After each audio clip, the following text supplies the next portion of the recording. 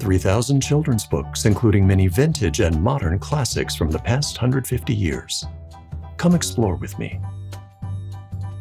I'm Bridger, and welcome to the Library Ladder. I began collecting children's books in earnest about 20 years ago. I was in a nostalgic mood one day while browsing the shelves of the public library. On a whim, I looked in the children's section for some of the books that were my favorites as a kid. I was surprised to discover that it no longer had many of them in its collection. It had discarded them at some point to make room for newer books.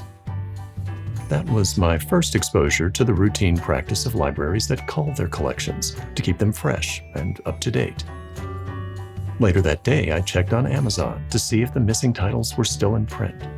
Sadly, many of them, particularly the middle grade chapter books, were no longer available.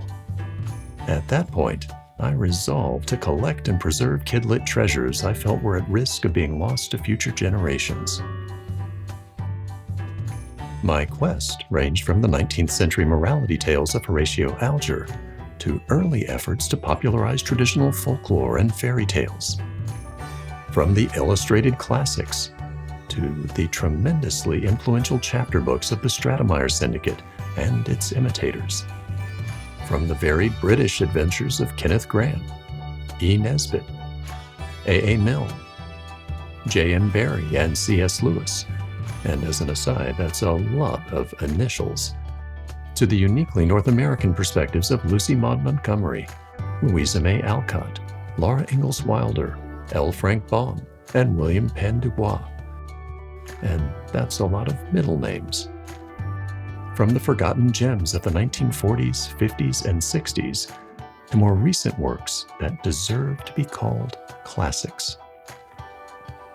And hundreds of nonfiction books from the Landmark, all about How and Why, Real Book, and Childhood of Famous American series, and many others.